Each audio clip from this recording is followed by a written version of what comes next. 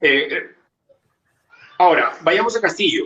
¿Qué opina usted de un señor que en primera impresión parece tan gris? De primera impresión, Es cultural que o intelectualmente hablando. Castillo es un aparachic de un sindicato que ya en términos generales en ningún país del mundo es algo recomendable. Es decir, aunque sea un sindicalista muy respetable, etcétera, etcétera, es una persona tremendamente sesgada en sus juicios, totalmente torcida en su percepción de la realidad y además muy sectorializada.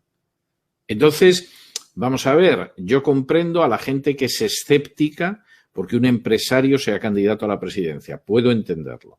Bueno, pero es que si es un sindicalista y encima, dentro del sector funcionarial, es para ser doblemente escéptico. Es decir, vamos a ver, ¿qué sabe Castillo de creación de riqueza? No sabe absolutamente nada. ¿Qué sabe Castillo de política de empleo? Nada. ¿Qué sabe Castillo de lo que son las relaciones internacionales que podrían impulsar la más que maltrecha economía del Perú? Absolutamente nada. O sea, no sabe nada de nada. Y me ha tocado ver entrevistas en las que él está contando cómo piensa impulsar la economía del Perú y conceptos económicos elementalísimos los desconoce.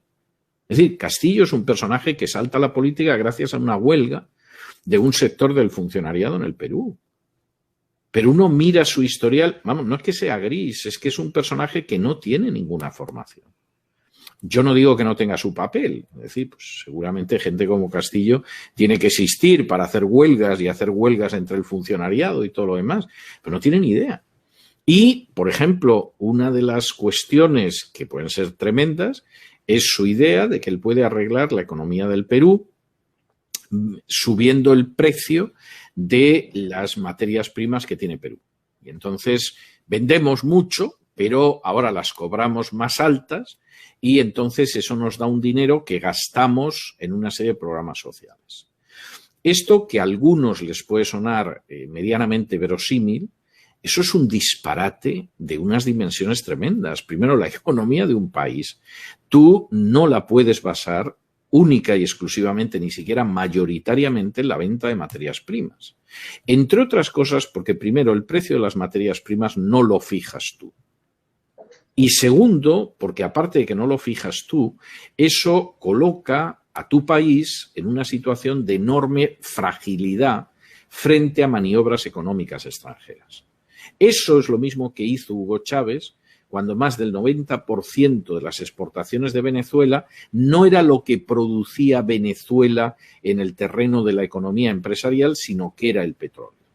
Bastó que Obama y el rey de Arabia Saudí pactaran producir más petróleo, lo que provocó la bajada del precio del petróleo, para que Venezuela entrara en bancarrota. Y como además el gobierno de Venezuela ni era competente ni era honrado, bueno, aunque hubieran sido competentes y honrados, el desafío hubiera sido tremendo. Pero como encima no eran ni competentes ni honrados, Venezuela entra en una caída en picado que continúa a día de hoy y que cada vez va peor.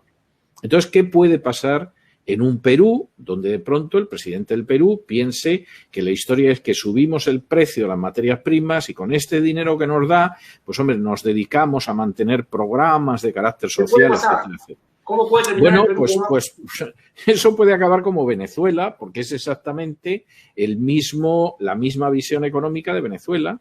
Es decir, primero, porque las materias primas de Perú, el precio no lo da Perú. O sea, ese es un precio que depende del mercado internacional.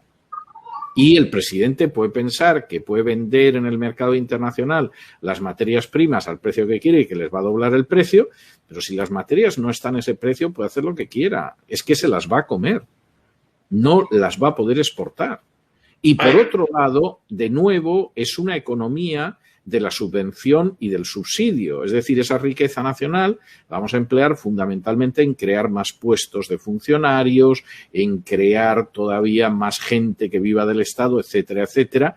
En un momento determinado, como eso no se puede mantener, subimos los impuestos, con lo cual estrangulamos más la economía y aumentamos la deuda, con lo cual un país como Perú, que es una de las naciones que ya tiene deuda a 100 años, realmente lo hundimos por décadas.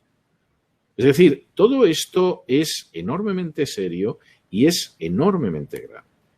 Y lo grave, pues es que hay mucha gente que en estos aspectos no ha pensado, es decir, se ha cegado con otro tipo de consideraciones, ha pensado que su candidato, aunque fueran surgiendo cuestiones a lo largo de la campaña electoral, pues bueno, quedaban disculpadas porque su candidato defendía una serie de valores que pueden ser hasta valores válidos, pero eso no convierte al candidato en una persona digna de que la vote, y el Perú se encuentra en la situación en la que está, insisto. Yo llevo semanas diciendo que al final, a esa segunda vuelta, lo más probable es que pasara un candidato de la izquierda y pasara Keiko Fujimori. Pero fundamentalmente viendo la configuración social del país. Porque la configuración social del país no es la gente que tiene las riendas del poder en Lima, ni las aristocracias de fuera de Lima. No es la gente que vota mayoritariamente. Y cuando yo hablaba con algún blanco de esta aristocracia y le decía, ¿usted se da cuenta del peso del voto indígena? Me decían, no, pero de los indígenas ya ha quedado la población desencantada después de Ollanta Humala. Ya lo vemos. No. A ver, antes de preguntar